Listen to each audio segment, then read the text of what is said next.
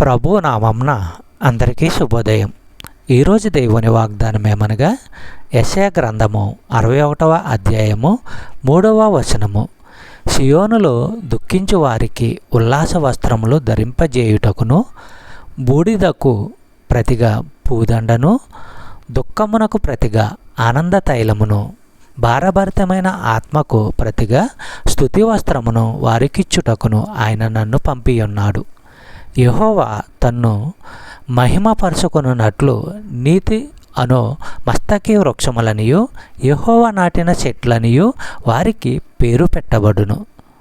యోహాను సువార్త 15వ అధ్యాయము 8వ వచనము మనము పరిశీలించినట్లయితే, మీరు బహుగా ఫలించుట వలన నా తండ్రి మహిమపరచబడును, ఇందువలన మీరు నా శిష్యులగుదురు.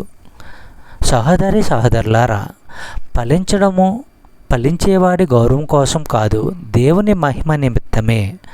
వేరే మాటల్లో చెప్పాలంటే విశ్వాసుల్లో తన పని ద్వారా దేవునికి ఘనత కలుగుతుంది. చెప్పబడిన వాగ్దానము దేవుడు దీవించి ఆశీర్వదించును గాక. ఆమేన్.